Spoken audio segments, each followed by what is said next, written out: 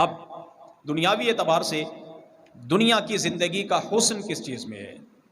دنیا کی زندگی کا حسن اور حقیقی معنوں میں جو زندگی کا لطف ہے وہ شخص پائے گا کہ جس کا ایمان مضبوط ہوگا۔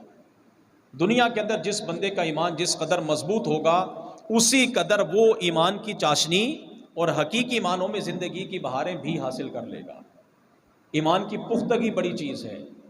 رسول اللہ صلی اللہ علیہ وسلم کی خدمت اقدس میں ایک شخص حاضر ہوا اور عرض کرنے لگا، یا رسول اللہ صلی اللہ علیہ وسلم، مجھے کوئی ایسا وظیفہ ارشاد فرمائیے کہ آج آپ سے پوچھنے کے بعد زندگی بھر کبھی کسی سے پوچھنے کی حاجت نہ پڑے۔ اللہ اکبر۔ رسول اللہ صلی اللہ علیہ وسلم نے جامع معنی ایک ہی جملہ، زندگی بھر کا سرمایہ ایک ہی جملہ آپ نے ارشاد فرمایا، قل آمنت باللہ ثم استقم، کہ تو زبان سے یہ کہہ میں اللہ پر ایمان لایا، پھر اس پر ثابت قدمی اختیار کر لے، پھر اس پر ڈٹ جا۔ اب آپ یہ دیکھیے ہمارے ہاں کتنے ایسے حضرات ہیں کہ جو زبان سے کلمہ طیبہ تو پڑھتے ہیں، لیکن جب کسی غیر مسلم کو یا دین اسلام کے غدار کو، دین اسلام سے سرکشی کرنے والے کی جب کوئی ظاہری ٹھاٹ باٹ کو دیکھتے ہیں تو پھر ہمارے دل کے اندر یہ تمنا پیدا ہوتی ہے، ہائے کاش ہمیں بھی ایسا ملتا۔ یہ تو بندہ مومن کی شان نہیں ہے۔ بندہ مومن کی شان یہ ہے کہ جو اسے حقیقی معنوں میں دین ملا ہے وہ اس پر اپنی خوشی کا اظہار کرے۔ اور پھر مثالیں بھی تو ہمیں قرآن کریم فرقان حمید نے بیان فرما کر ہمارے لیے ہر راستے کو واضح کر دیا ہے۔ اب 20واں پارہ جب سورہ قصص کا مطالعہ کرتے ہیں تو یہ بات ہمارے سامنے بڑی واضح انداز میں اللہ تعالیٰ بیان فرماتا ہے کہ جب قارون اپنی ٹھاٹ باٹ کے ساتھ اپنے سارے زیورات کو، مال و دولت کو لے کر تو باہر قوم میں نکلا، تو پھر باہر قوم دو طرح کی موجود تھی۔ نمبر ایک دنیا چاہنے والے، اور نمبر دو آخرت چاہنے والے۔ جو دنیا چاہنے والے تھے انہوں نے جب اس کی ظاہری ٹھاٹ باٹ کو دیکھا، ظاہری مال و دولت کی کثرت کو دیکھا، بڑے حیران ہوئے اور متعجب اور پریشان ہو کر کہنے لگے، واہ واہ کمال ہو گئی ہے، اس کو تو بڑا کچھ دیا گیا ہے، بڑی دنیا دی گئی ہے اور دنیا کا بڑا ایک وافر حصہ اسے تو دیا گیا ہے۔ لیکن جو دین سمجھنے والے، دین چاہنے والے حضرات تھے وہ سمجھتے تھے کہ یہ بہت بڑی آزمائش ہے۔ پھر کیا ہوا؟ چند دن گزرے، جب اسے کہا گیا کہ اپنے مال کی زکوٰۃ ادا کر، تو اس نے وقت کے پیغمبر سے ٹکر لی، گستاخی و بے ادبی کرتے ہوئے جب بالکل مخالف سمت آ کر کھڑا ہو گیا تو پھر معاملہ یہ ہوا کہ اللہ تعالیٰ نے اسے اس کے سارے مال و دولت سمیت زمین کے اندر غرق کر دیا۔ پھر وہ جو دین چاہنے والے حضرات تھے، دین پسند تھے، دین پر عمل کرنے والے حضرات تھے، انہوں نے جب اس کی ظاہری حالت کو دیکھا اور اس عذاب میں اس کے مبتلا کیے جانے کو دیکھا تو پھر الحمدللہ رب العالمین اللہ کا شکر ادا کیا۔ لہذا کبھی بھی کسی کے ظاہری چمک کو دیکھ کر اپنے دل کے اندر مت یہ خیال لائیں کہ ہمیں بھی اللہ تعالیٰ ایسا دے۔ ہاں اللہ تعالیٰ سے دعا مانگے، یقیناً مانگے، حلال کی دعا مانگے، حرام کی طرف کبھی بھی نہ جائیں۔ ہمیں نہیں معلوم کہ جس شخص کی ظاہری چمک دمک ہمیں نظر آ رہی ہے اور جس پر ہم دل و جان سے فریفتہ ہوئے جا رہے ہیں، ہمیں نہیں معلوم کہ اس کی یہ ظاہری چمک اس نے کس انداز میں بنائی ہے۔ لہٰذا اللہ سے جب بھی مانگے حلال مانگے۔ جب بھی رزق آپ کے پاس آنا چاہے دیکھ لیں کہ یہ حرام راستے سے آ رہا ہے کہ حلال راستے سے آ رہا ہے۔ جب دونوں راستے ہمارے پاس ہیں اور بحیثیت مسلمان ہمارا ایمان، یقین اور نظریہ بھی یہی ہے کہ ہمیں ملنا وہی کچھ ہے جو ہمارے نصیب میں ہے، جب یہ بات ہمارے ذہن کے اندر پختہ ہو گئی کہ جو کچھ ہمارے نصیب میں ہے ہمیں وہی کچھ ملنا ہے، تو پھر انسان کبھی بھی حرام راستے کو اختیار بولیے نہیں کرے گا۔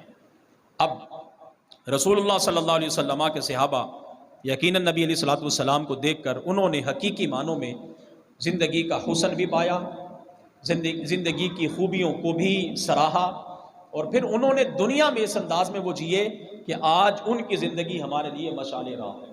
اللہ اکبر۔ رسول اللہ صلی اللہ علیہ وسلم کے وہ غلام کہ جنہوں نے رسول اللہ صلی اللہ علیہ وسلم کے ایک اشارے پر اپنی عقل کو پیچھے چھوڑا، اللہ اور اس کے رسول صلی اللہ علیہ وسلم کے حکم مبارک کو آگے رکھا۔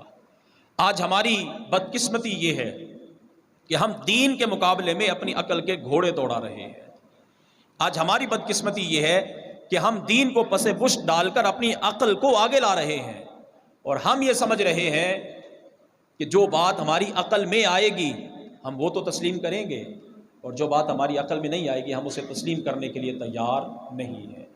اب جب ایک بندے نے کلمہ طیبہ پڑھ لیا، زبان سے اس نے اقرار لا الہ الا اللہ محمد الرسول اللہ کا کر لیا، اور اپنے آپ پر لیبل اس نے غلامی رسول کا لگا لیا، تو پھر دین کے مقابلے میں اس کی عقل کا ٹکراؤ نہیں آ سکتا۔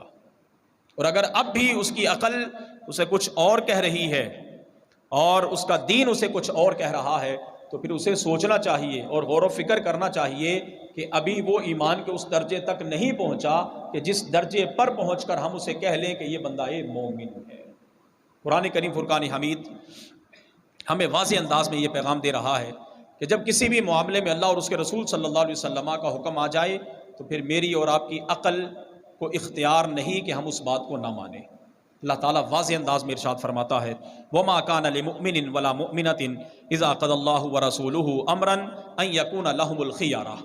اللہ تعالیٰ فرماتا ہے کہ جب اللہ اور اس کا رسول صلی اللہ علیہ وسلم کسی بھی معاملے میں فیصلہ فرما دیں تو پھر یاد رہے اذا قضى الله ورسوله امرا ان يكون لهم الخيار، پھر کسی کو بھی کوئی اختیار کی گنجائش باقی نہیں رہتی۔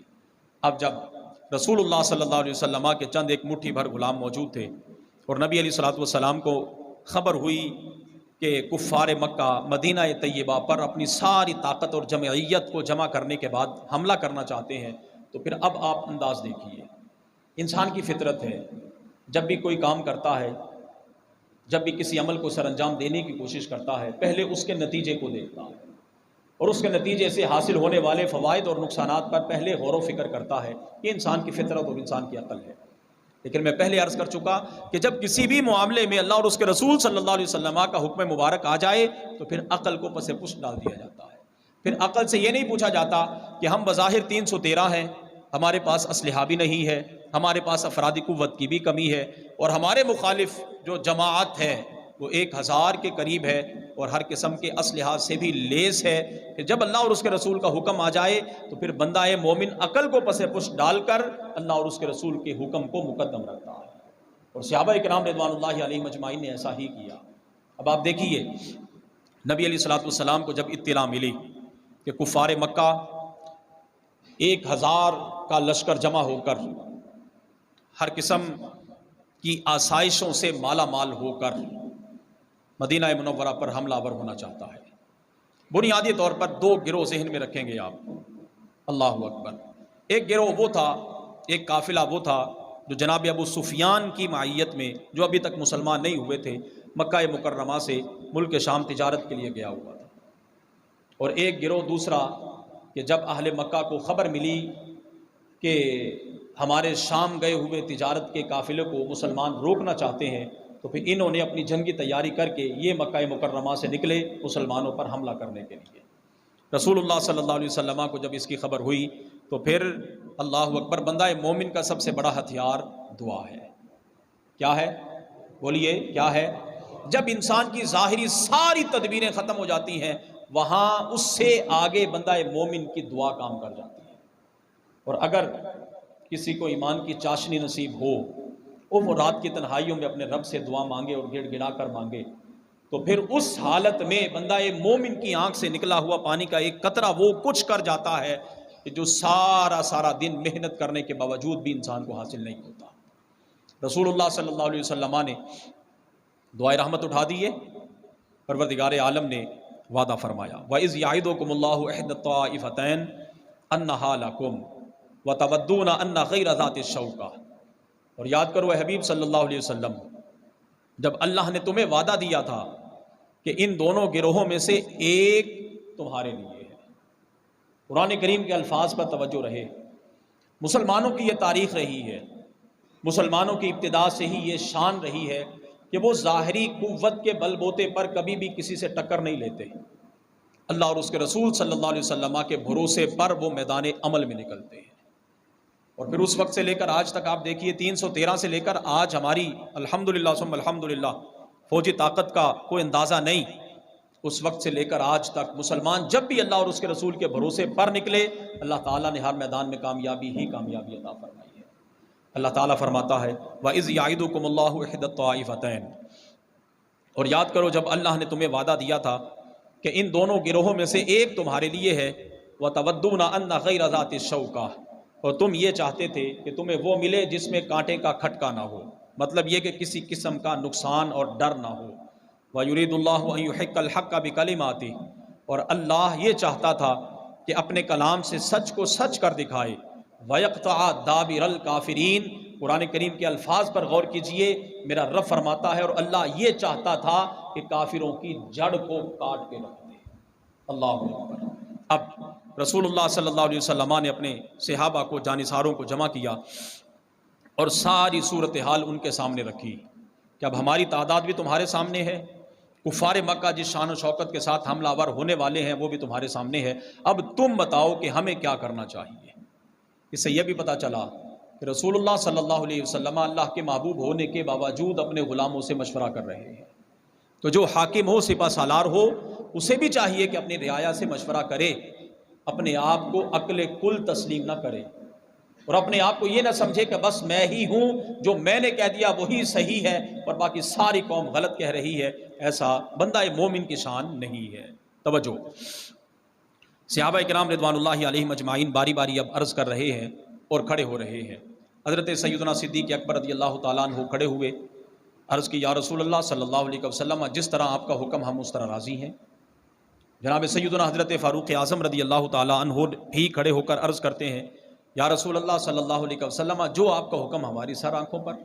تیسرے صحابی حضرت مقداد رضی اللہ تعالیٰ عنہ نے تو کمال کر دیا، عرض کرتے ہیں یا رسول اللہ صلی اللہ علیہ وسلم، ہم بنی اسرائیل کی طرح نہیں، توجہ رہے، ہم بنی اسرائیل کی طرح نہیں کہ جب انہیں کہا گیا تھا کہ تم جہاد کرو، اللہ اور اس کے رسول کے راستے میں نکلو، تو انہوں نے کہا تھا ہم یہاں بیٹھے ہیں، جناب موسیٰ آپ جائیں اور آپ کا خدا لڑے، ہم نہیں لڑ سکتے۔ یا رسول اللہ صلی اللہ علیہ وسلم، ہم وہ نہیں، آپ ہمیں حکم دیں، اگر جنگ کرنی ہے تو ہم سارے جنگ کے لیے بھی تیار ہیں۔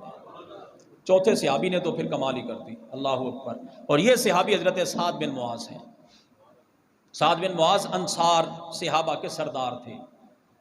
آپ جانتے ہیں دو طرح کی اصطلاح مشہور ہے، ایک مہاجرین اور ایک انصار۔ مہاجر ان غلاموں کو کہا جاتا ہے جو مکہ مکرمہ سے ہجرت فرما کر مدینہ طیبہ حضور کے ساتھ آئے یا حضور کے بعد آئے۔ انصار ان غلاموں کو کہا جاتا ہے کہ جنہوں نے اپنے گھروں کے دروازوں کو ان آنے والے مہمانوں کے لیے کھول دیا تھا، اور رسول اللہ صلی اللہ علیہ وسلم کی ذات اقدس پر اس انداز میں انہوں نے اپنی محبتیں اور اپنی مودتیں اور اپنی مال و دولت نچھاور کی تھی کہ اگر کسی کے دو گھر تھے تو انصاری صحابی نے اپنے آنے والے مہاجر بھائی کو کہا ایک میرا ہے ایک تیرا ہے۔ اگر کسی کے دو باغ تھے تو انہوں نے کہا کہ جناب ایک میرا ہے ایک تیرا ہے۔ اس سے بڑھ کر مواخات اور بھائی چارہ اور محبت کیا ہوگی کہ اگر کسی شخص کی دو بیویاں تھیں، ابھی پردے کے حکام نازل نہیں ہوئے تھے، دو بیویاں تھیں، تو اس انصاری صحابی نے کہا ان میں سے دونوں میں سے جو تجھے پسند ہو اس کو میں طلاق دیتا ہوں، میری طلاق دینے کے بعد تو جس سے چاہے نکاح کر سکتا ہے۔ یہ ہے وہ انصار کہ جنہوں نے رسول اللہ صلی اللہ علیہ وسلم سے محبت کی اور پھر ٹوٹ کر محبت کی۔